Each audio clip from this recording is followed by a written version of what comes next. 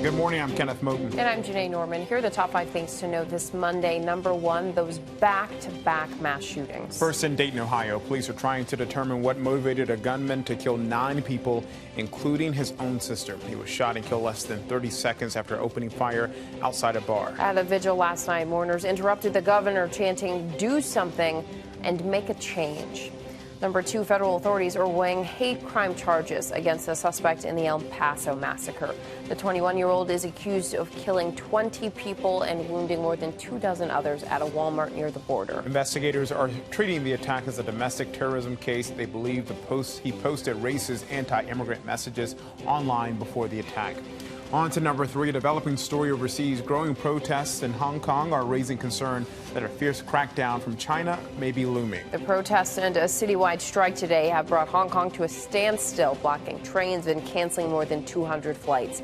It follows more clashes between police and demonstrators. Hong Kong's leader says the protests, which were sparked by a proposed extradition law with China, have pushed the city to a, quote, verge of a very dangerous situation. And we head to Florida for number 4. 3 people are recovering from shark bites over the weekend. They include a man who was standing in knee-deep water at New Smyrna Beach when he was bitten on the foot, and the bites were not life-threatening. And finally, number 5, most parents will tell you nothing is more fun than watching their kids play soccer or t-ball or really any sport. But a new study from the Aspen Institute finds that on average, kids spend less than 3 years playing sports and are quitting by age 11. The main reason, according to kids and parents, is too much pressure. It's all about winning than actual playing for fun. So ESPN is working with the Aspen Institute on a new campaign called Don't Retire, Kid.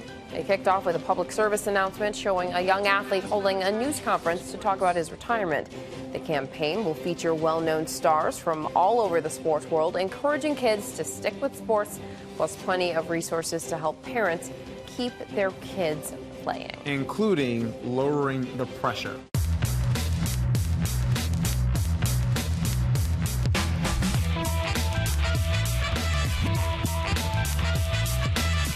So as Kenneth said, a tough way to start the week, but we're going to get through it together. Everything you're feeling at home about this awful news, we are feeling here and have been feeling all weekend. So we will get right to the new details emerging about this weekend's mass shootings in El Paso, Texas, and Dayton, Ohio. 29 people killed, dozens more injured. We begin with Megan Tavrizian in El Paso, Texas. Megan, good morning. Good morning, Janae. We're learning more about the victims here this morning. They include a grandmother who raised 7 children, a mother and father who died while protecting their 2-month-old son, and an Army veteran who was also a longtime bus driver in El Paso. Overnight, communities coming together across El Paso. Our Father, who art in heaven, hallowed be thy name. From a parade of mourners carrying sunflowers to an estimated 1,000 people gathering at this baseball field, all seeking hope and comfort in the wake of tragedy. Go, go, go, come on! Hands up, hands up! It comes after a gunman opened fire at a Walmart in El Paso Saturday, killing 20 people. The massacre unfolding as families packed the store, many of them back to school shopping. Surveillance images obtained by KTSM appear to show the gunman walking through the entrance with a weapon pointed straight ahead, wearing ear protection and tactical glasses. Adriana Gonzalez was shopping with her mother. This senior citizen lady that I tried to help and I couldn't, and I just told her to move faster and she couldn't move faster, so I left her there and I needed to get out because the shooter was getting closer and closer. So I was I just told her to get down and hide. Lita Jabrowski's sister, 25-year-old Jordan Achongo, was killed protecting her 2-month-old son. On Saturday, Lita pleaded for help locating her sister's husband, Andre, the infant's father. Anybody hears anything, just give us a call. But overnight, the family getting the heartbreaking news the infant's father had died as well. From my understanding, they took the baby, somebody else took the baby out from her. So no doubt he fell to the ground with her. The suspected shooter was arrested blocks away from the scene without incident. We are treating it as a domestic terrorism case. and we're going to do what we do to terrorists in this country, which is deliver swift and certain justice. The mall is 5 miles from the border and often packed with residents of El Paso and nearby Juarez, Mexico. 6 Mexican nationals were killed. Mexico is now considering whether to bring charges. Law enforcement officials say the shooter is from Allen, Texas, a Dallas suburb 600 miles away. Meanwhile, back in El Paso, hundreds of people lined up in 100-degree weather to donate blood as the community comes together trying to begin to heal. El Paso, we are telling the rest of the world that if you come into our community and try to scare us, we will not cower. If you try to come into our community and spread hate, we will respond with love. And the FBI is concerned that these kind of high-profile shootings could actually inspire other extreme violent extremists, and they want your help. If you notice any suspicious activity, whether it be online or in person, to contact law enforcement. Janae and Kenneth, back to you. All right, and Megan, you know, being in news, it seems like we're reporting on mass shootings more and more frequently. Some would say there appears to have been an increase lately.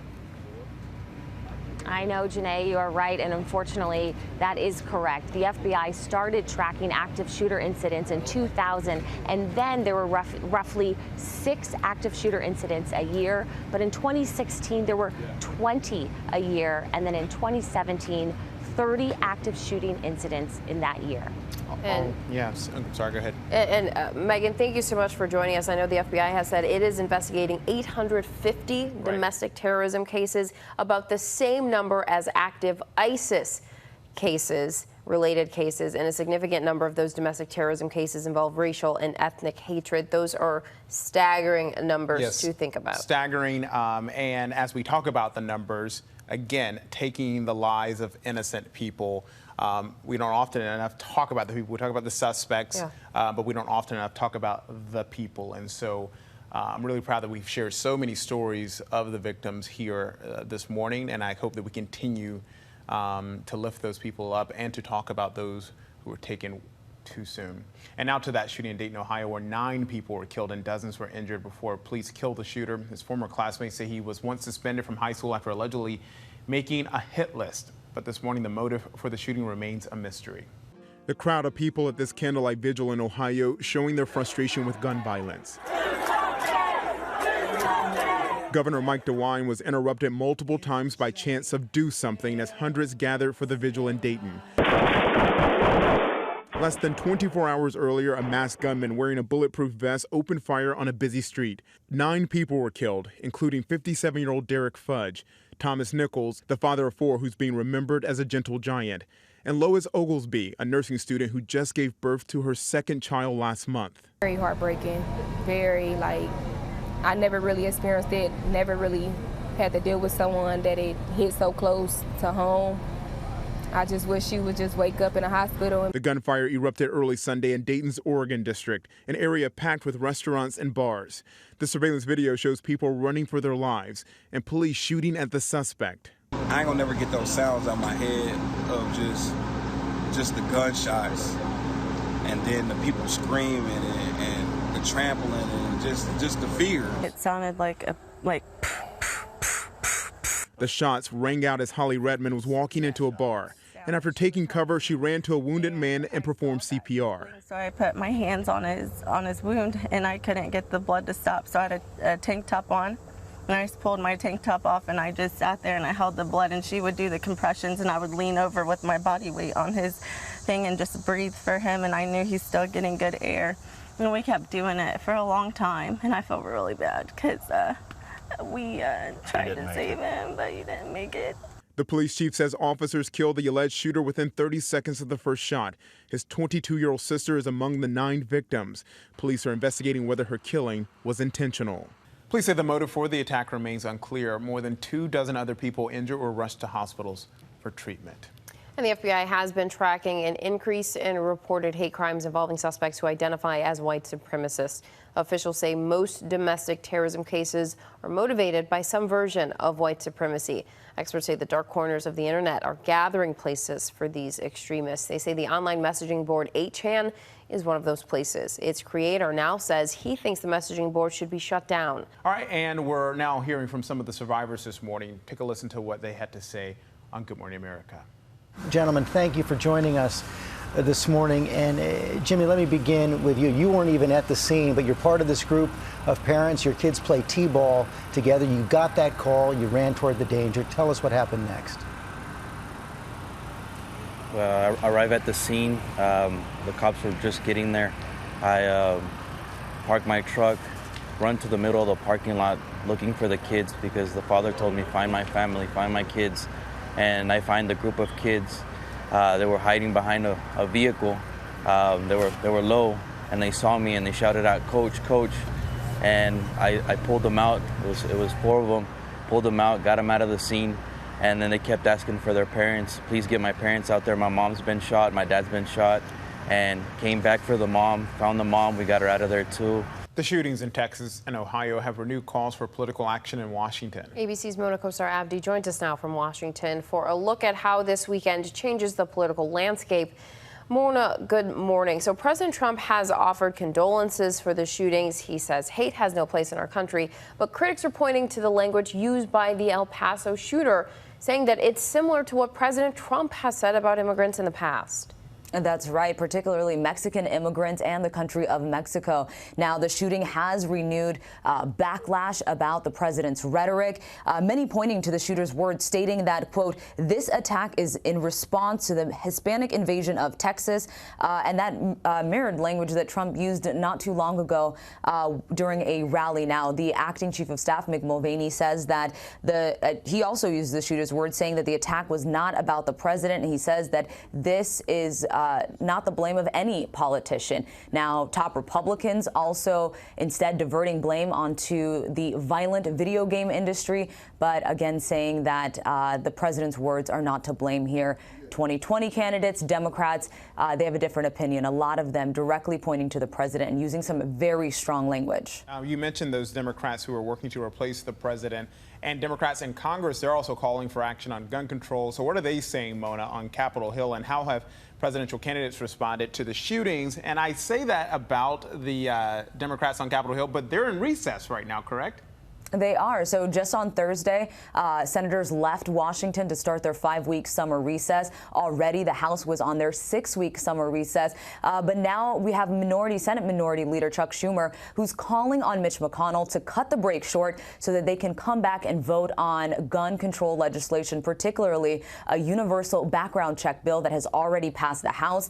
A lot of Democrats right now are just pressuring him on cutting this break short and taking action. And Mona, we know he's also getting pressure not only from other lawmakers, but from many Americans. Last night on Twitter, the hashtag Massacre Mitch was one of the top trending topics. It was #1. Yeah, so lots of people speaking out, on social media also. All right, well, Mona, they're trying to sort through the political landscape after these very, very horrible, tragic incidents. Mona, thank you again. And more to come. Stay with us.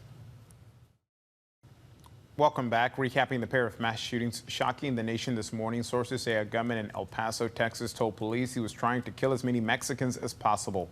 The 21-year-old suspect, who could face domestic terrorism and hate crime charges, is accused of killing 20 people. And police are still trying to determine why a shooter in Dayton, Ohio, killed 9 people, including his own sister, before he was shot to death by officers. Now we're going to go across the pond to Julia McFarlane in the London Bureau for an international perspective on what has really become an all too familiar tragedy here in this country. Julia, good morning. I mean, you're watching from a distance there, but here in America, we deal with this on a fairly regular basis. Janae, you're absolutely right.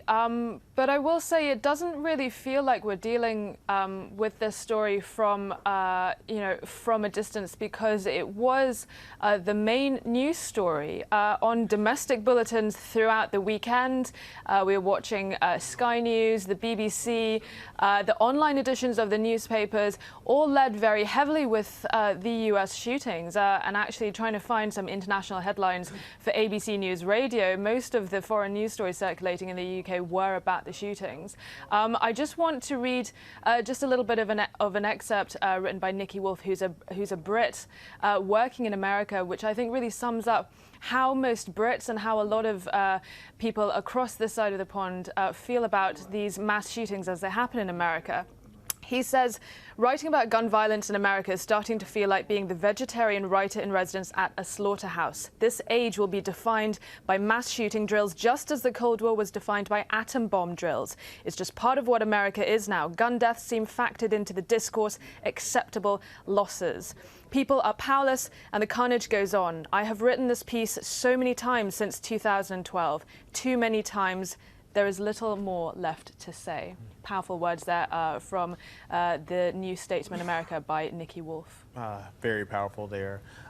We do have some international news to get to. Tensions between India and Pakistan are high this morning, we understand, Julia, as the Indian government is announcing the removal of Kashmir's special status, and thousands of troops are already deployed in that disputed region. Exactly, Kenneth. This is quite a worrying and concerning development for Kashmiris. The area of Jammu and Kashmir, it's an Indian-administered part of Kashmir. It's got a sort of semi-autonomous status, which it has held for decades, because that area of Kashmir is disputed between India and Pakistan. They both have separate controlled enclaves of that territory.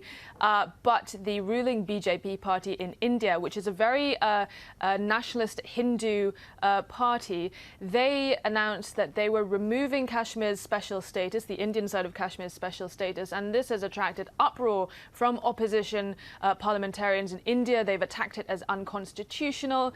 Thousands of troops, as you say, are deployed onto the streets of Kashmir. Kashmiris this morning have woken up to deserted streets. The schools are closed. Internet service has gone down, and tourists have been told to leave. A lot of Indians speaking to relatives inside Kashmir say that they are fearful about going outside, and they're just waiting to see what happens next. There is expected that there will be unrest in the wake of this announcement. All right, and Julia, we would like to lighten things up just a little bit today. It's such a somber day here in the U.S., but over there and here, we'd like to wish a happy birthday to Duchess Meghan Markle. So tell us how the royal family is celebrating.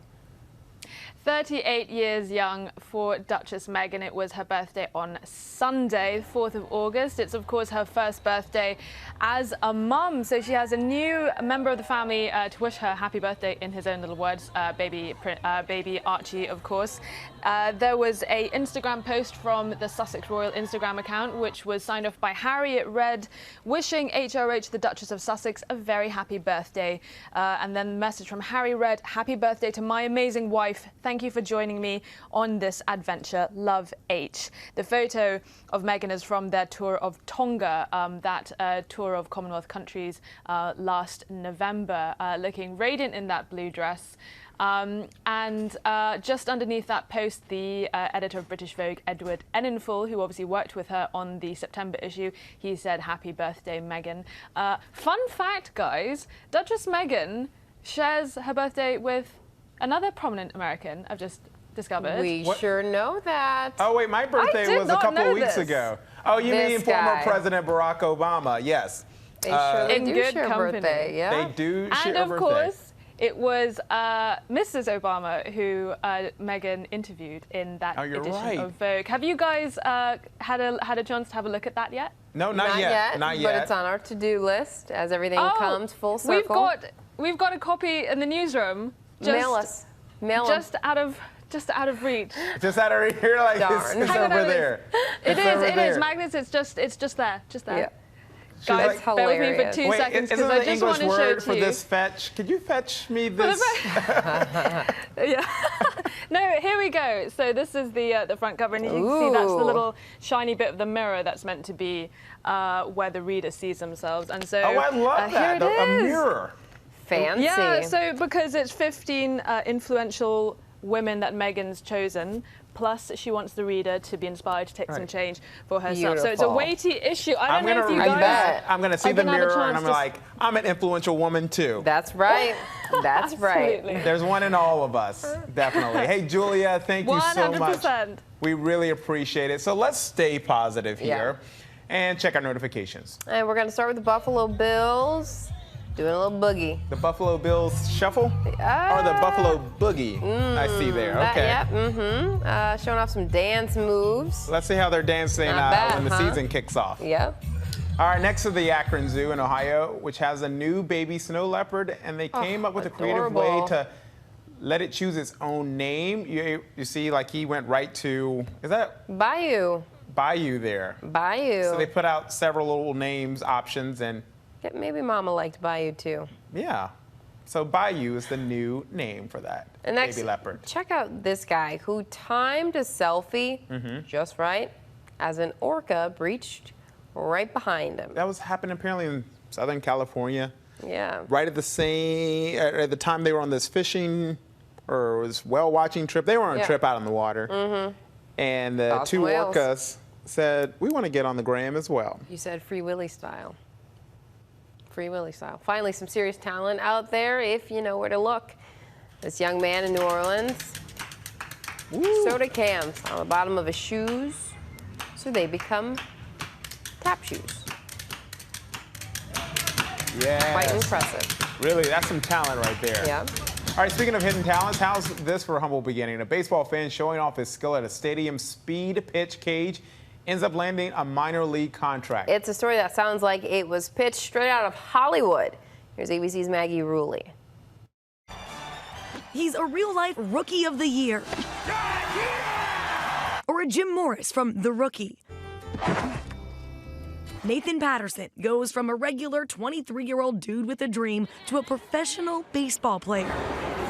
After stepping into a speed pitch radar booth set up for fans at a July Rockies game, Patterson threw some serious heat, an impressive 96 miles per hour. His brother posted the video online, and it blew up. The Oakland A's were calling him with the deal just a few days later. The percentage of prospects who do something like what Nate Patterson did, who can make it to the major leagues, the odds are so stacked against you to do that. The reason that this story is so interesting is because it doesn't happen very often, if at all. Patterson hadn't played since high school, but stepped back on the diamond last August. Then, in the middle of his training, he almost lost it all after a car accident.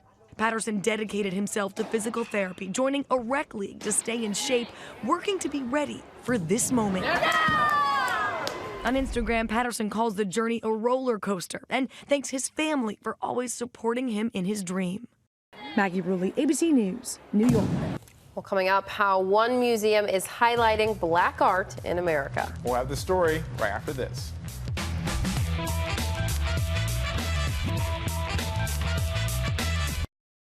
Here's what to watch out for today. President Trump is scheduled to make a statement on the mass shootings in El Paso and Dayton at 10 a.m. Eastern. Tune in for full coverage right here on ABC News Live. Customs and Border Patrol and the U.S. Coast Guard will hold a joint event celebrating the 230th anniversary of the U.S. Customs Service, marking the first foreign vessel to be processed in the U.S. at the port of New York. And a gathering in the Japanese Consulate General in New York is set to mark the 74th anniversary of the atomic bombs dropped on Hiroshima and Nagasaki, Japan. Plus, don't forget to tune into the debrief for an update on all our top stories and the briefing room for a breakdown of the latest headlines in politics.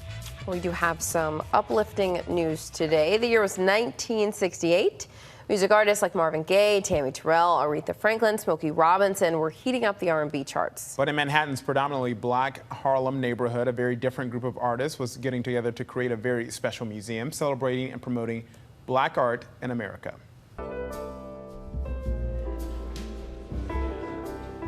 Today is a particularly exciting day because it is the opening day of the Studio Museum in Harlem exhibition for our artists in residence. This is a partnership across two incredible institutions, the Studio Museum in Harlem and MoMA PS1. This is part of a larger partnership which has these two institutions collaborating during monumental parts of their own institutional history. In the Studio Museum's case, we are in the process of building a new building. I think most people knew that the Studio Museum was going to be closed for a number of years. And because it plays such a crucial role in the artist community, and certainly in the African American artist community, I think those of us around town with other institutions all felt a real responsibility to help out in any way that we could.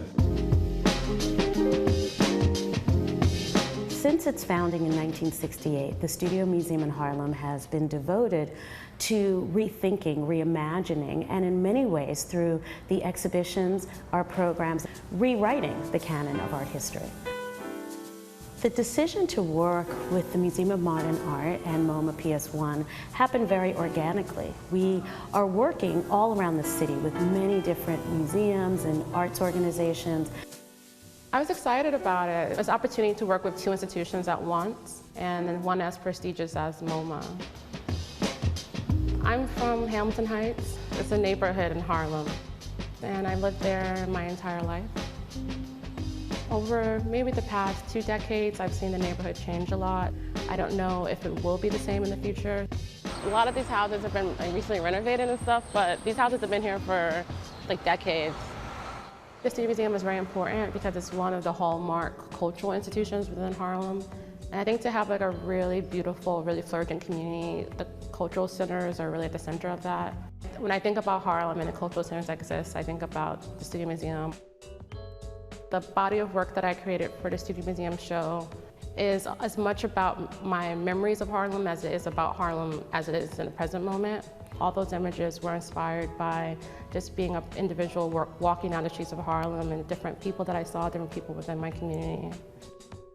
I think art can be universal language if people are willing to participate in it. Art is dependent on its audience. At the Studio Museum, we welcome the opportunity to bring this year's exhibition to a new audience. Now, in some ways, our audience in Harlem had always been diverse. People came from all over the city, the country, and even the world to see the work of artists of African descent.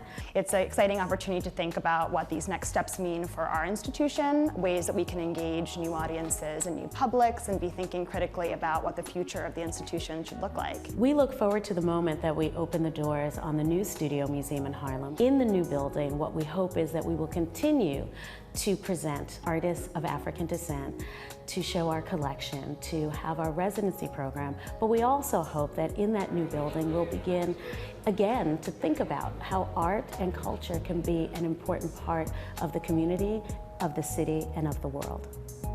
Just a big thanks to our producers, Gentrix Ashenga and Michael Bickle, for bringing us that very incredible and uplifting story that we needed to hear this morning. Absolutely. And so it is a very tough way to start the week. Really hard news the last couple of days. We haven't gotten to our question of the day, so that's what we're going to do now. And we want to know, after days like this, in the face of news like this, tragedies around the country, what do you do to lift those smile? Spirits. Yeah. To what smile. do you do to feel better? Tell us down in the comments. Tweet us at ABC News Live. Kenneth, I mean, can you think of what you do? I spent time over the weekend with my family, and it puts it in perspective about what's important, what matters. And thankfully, I had them over this weekend. My family from South Carolina, my mom and my little sister, people I only see a few times out of the year. And we woke up to not one, but 2 mass shootings in this country on Sunday morning. And so hugged them a little tighter. My sister, who's older now, I mean, she doesn't like me kissing on her, but she lets the big brother do it. And that helps me. It does. Yeah. Nope, and it's the And same for you? thing for me. Same thing. I've got the little guy at home as well as my husband. We spent all weekend together, and after hearing these stories, hearing about the families, I mean, especially the mom who shielded her young baby in the face of all of that danger, all you can do is really hug on your family. So let us know what you do. That is it for us today. Hopefully we've got a little bit better news tomorrow. Have a good one. We'll see you.